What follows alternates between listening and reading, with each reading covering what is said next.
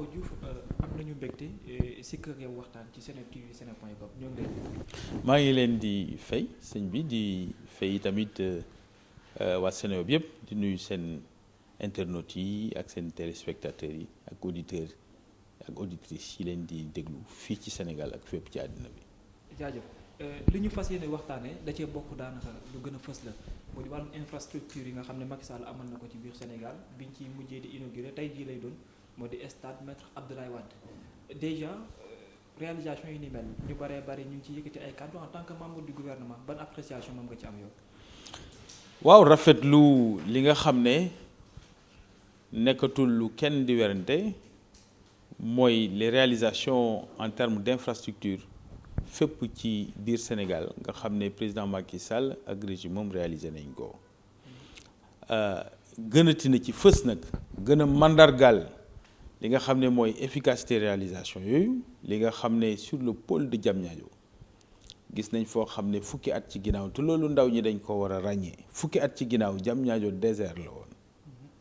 amuloon lenn lu dul ay pënd ak i xur ak ay garab ab àll la woon ci volonté benn nit ak vision ak l'efficacité de l'action gouvernementale moo tax tey Diamniadio am xar kanam bi mu am Diamniadio ambition la pour ñu bâtir fa une ville attractive dans l'extension de la capitale sénégalaise centre de conférence Abdou Diouf Dakar Arena université Amadou Mokhtar Mbow sphère ministérielle le stadium Abdoulaye Wade bi nga xam ne moom la ñuy inauguré tey mais l'hôtel Radisson ak yeneen yi nga xam ne ñu ngi ñëw pôle d'attraction la bu am solo pour la politique et l'économie touristique du Sénégal ndax l'industrie de l'événementiel ASPT dafa jàpp ne c'est une structure de l'industrie particulière ci produit bi ñuy wooyee le maïs le maïs mooy les meetings mooy les grandes réunions les incentives mooy les organisations de rencontres professionnelles association des pharmaciens association des professionnels de l'hôtellerie association des professionnels de piscine de n'importe quel détail yoo xam ne secteur corporatiste la yuy dajaloo chaque année pour de l'événementiel dañ koy def ci àddina bi mu doon des événements importants l'événementiel c'est un puissant stimulateur de l'économie touristique moo tax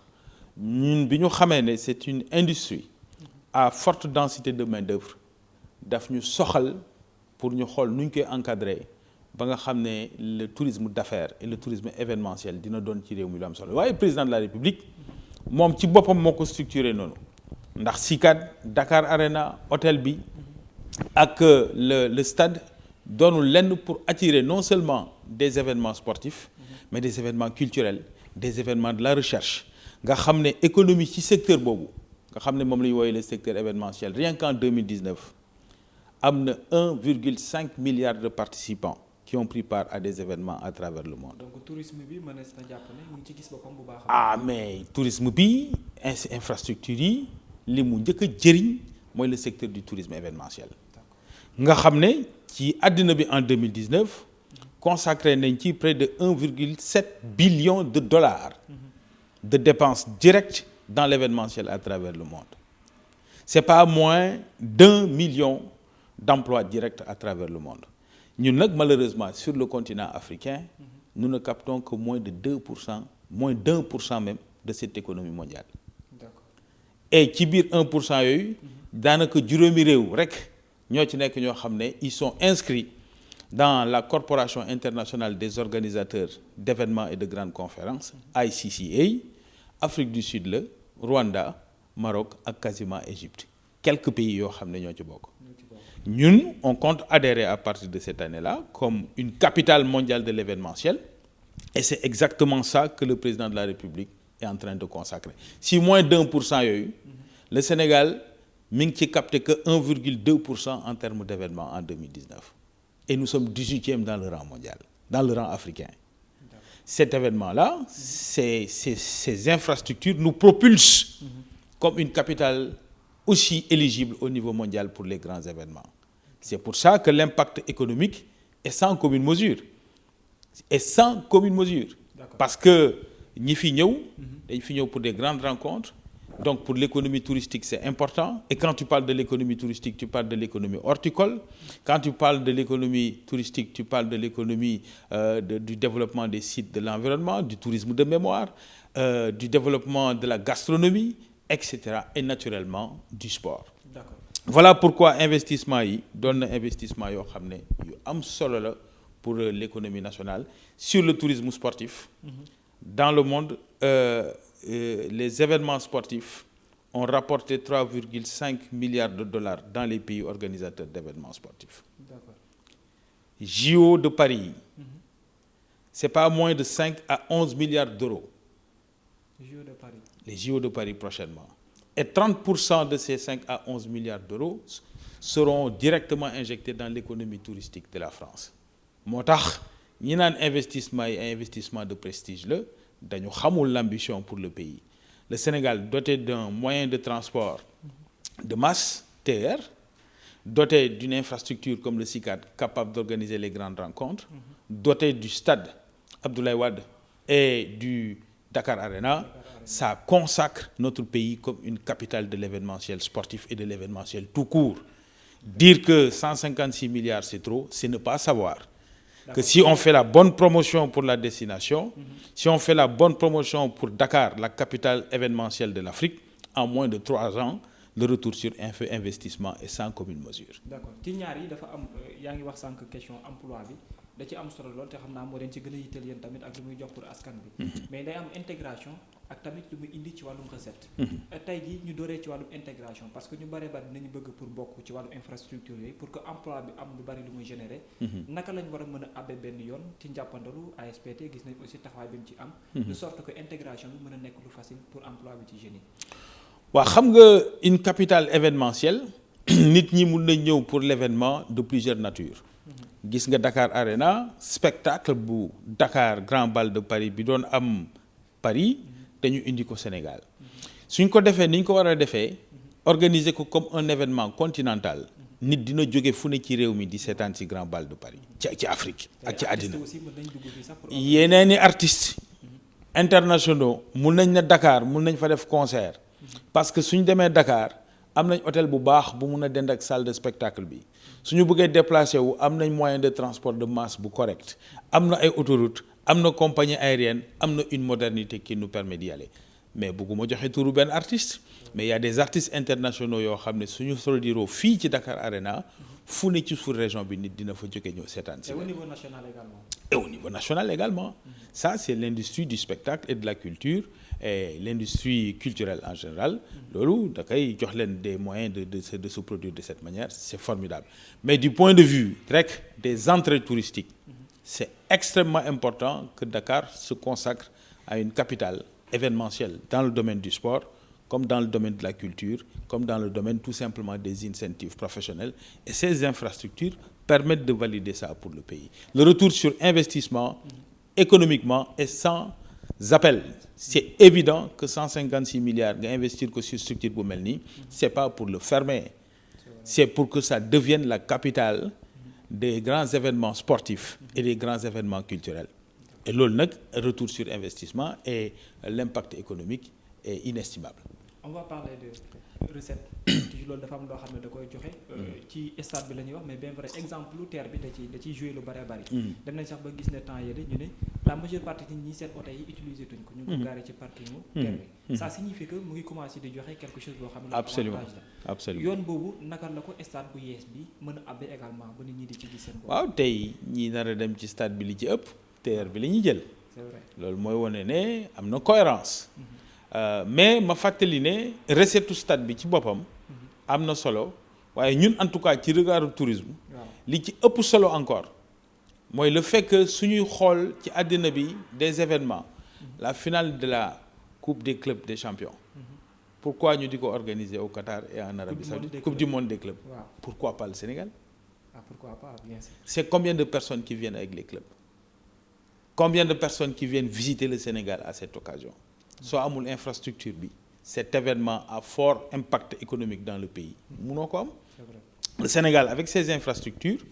war nañ mun a am organisation et la SPT mi ngi liggéey ci loolu pour la promotion de la destination sous le regard. Il y a des partenariats yu war a mun a ñëw sous le regard de la capitale événementielle sportif et autres parce que am nañ infrastructure yi war nañ mun a am chaque année 5 6 7 8 ba 10 événements majeurs importants à l'échelle internationale qui se passent dans le pays moo tax ñi naan 156 milliards yi waruñ ko investir ci stade bi dañoo xamul le retour économique et l'impact économique dans l'industrie de l'événementiel et dans l'industrie du tourisme d'affaires loolu mooy li nga xam ne les investissements du président de la République dans ce sens-là nous propulsent directement comme une capitale événementielle sur le continent. D'accord. Et ça, c'est important. Il y a quelques pôles qui sont en train de se définir. Le Rwanda se positionne, mais le Sénégal a historiquement été toujours une capitale événementielle importante. te tey tamit à travers les investissements yi nga xam ne def nañ ko fii des investissements structurants au plan économique ndax SICAD bi hôtel bi ak stade yi ni ñu bindoo ak terre bi fa nekk comme un organe de comme un moyen de transport de masse c'est cohérent pour faire de Dakar une capitale de l'événementiel et une capitale du secteur du maïs loolu nag pour ñu ngi ci lëkkaloo ak ñi nga xam ne ñooy professionnels u événementiel yi pour créer aussi un bureau de convention boo xam ne étude de faisabilité bi jeex na on va maintenant avancer sur la création de ce bureau de convention qui doit permettre au Sénégal de pouvoir être candidat à tout moment sur les grands événements bu mu munti doon à l'avenir parce que avec ce bureau de convention qui regroupe les hôteliers les professionnels du tourisme les organisateurs d'événements eux-mêmes, SOGIP, SICAD et les autres, le Sénégal peut dire en 2024 ou en 2025, on aura au mois de mars tant de disponibilité en lit, tant de capacité en termes d'organisation d'événements. Les acteurs de la communication et de l'événementiel mun a prononcé wu su ko defee le Sénégal, ces candidatures seront encadrées et ces candidatures seront audacieuses. D'accord. Day am aussi solo cible yi. lu bari ASPT liggéeyam ci benn côté pour mu mën koo matal bien vrai les partenariats ak yooyu dina ci am solo lool. cible yi véritablement. waaw fi mu toll nii nag vraiment am na solo opportunité tourisme sportif bi c'est aussi de vendre la destination. Vendre la destination auprès des publics qui viennent ici. ndax su ñëwee ci événement bi rek doyul. il faut que autour de l'événement ñu jox leen des opportunités de pouvoir visiter le pays. Visiter Dakar. Visiter Saly, visiter Saint-Louis, au-delà de Diamniadio et de l'événement même, il faut que ce soit un pôle qui permette de pouvoir vendre le pays dans son savoir-vivre, dans ces sites exceptionnels un peu partout dans le Sénégal, faire vivre aux visiteurs du Sénégal à travers un événement l'expérience de la teranga sénégalaise. Loolu bokk na ci li nga xam ne tamit opportunité la et surtout mooy le cœur même de notre travail c'est le sens de lëkkaloo bi ñu bëgg a lëkkaloo ak fédération sénégalaise de football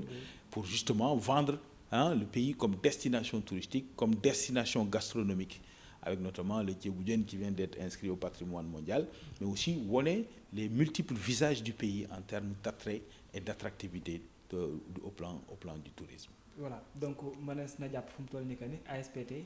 mu ngi lancé beneen programme bu yees bu mu war a dérouler ci nouvelle infrastructure yi nga xam ne Sénégal ak doomu Sénégal yi mën nañ cee gis seen bopp. Absolument ñi ngi koy lancé dinañ gën a ñoŋal le taamu Sénégal. C'est important dinañu gën a fexe ba nga xam ne yi tamit le tourisme on va de plus en plus le digitaliser dans l'approche. Mais surtout le secteur du maïs qui a été un produit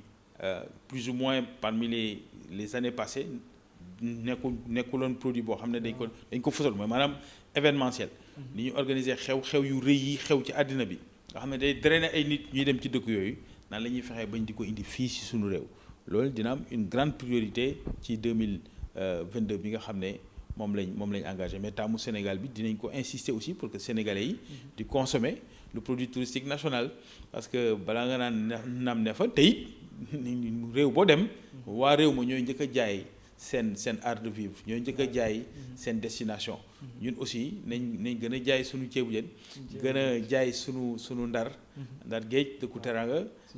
gën a jaay sunu Sine Saloum gën a jaay itam sunu Tambacounda sunu chute yu bëri yi nekk booru Dindé Félo gën a jaay sunu Casamance gën a jaay sunu culture teranga ak sunu dëkku jàmm ndax loolu yëpp lii tax nit ñi sawar ci ñëw Sénégal soo laajee li ñu lay njëkk a wax mooy sénégalais yi seen bopp ci seen teranga ci seen jàmm ak seen culture démocratique. Monsieur Pape Mahawa Diouf directeur général ASPT amoon nañu mbégte si ak yow waxtaan. jërëjëf.